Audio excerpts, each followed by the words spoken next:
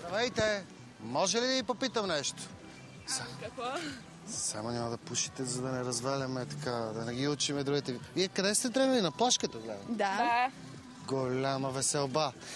Супер си е. Кажете ми, вие ученичка ли сте? Да, Как я карате тук? Вие във Варна ли си живеете? да, от Варна сме. И как ви се струва тук? Добре ли си живеете? Добре, да. Има ли нещо, което пък така в известен смисъл да ви липсва? Нещо? Да ни липсва? Не. Всичко си е наред. Всичко е наред, да. Кой клас сте? 10. Охо! Мислите ли вече след 10-ти клас какво ще правите? След 10 клас. Не, след 10-ти имам преди като завършите училище. Тук сме. Тук. Ще работим тук, да. Ще работите тук. Какво си представяте? Какво бихте работили? Първо, не знам, ще получим още малко, да изкараме висше образование и после ще работиме. Висше образование пак тук. Да, не знам още. Добре. Съм се ориентирала, има време. Ама трябва да почнете да се ориентирате, защото то времето си фърчи бързо. Да. Добре, а вие?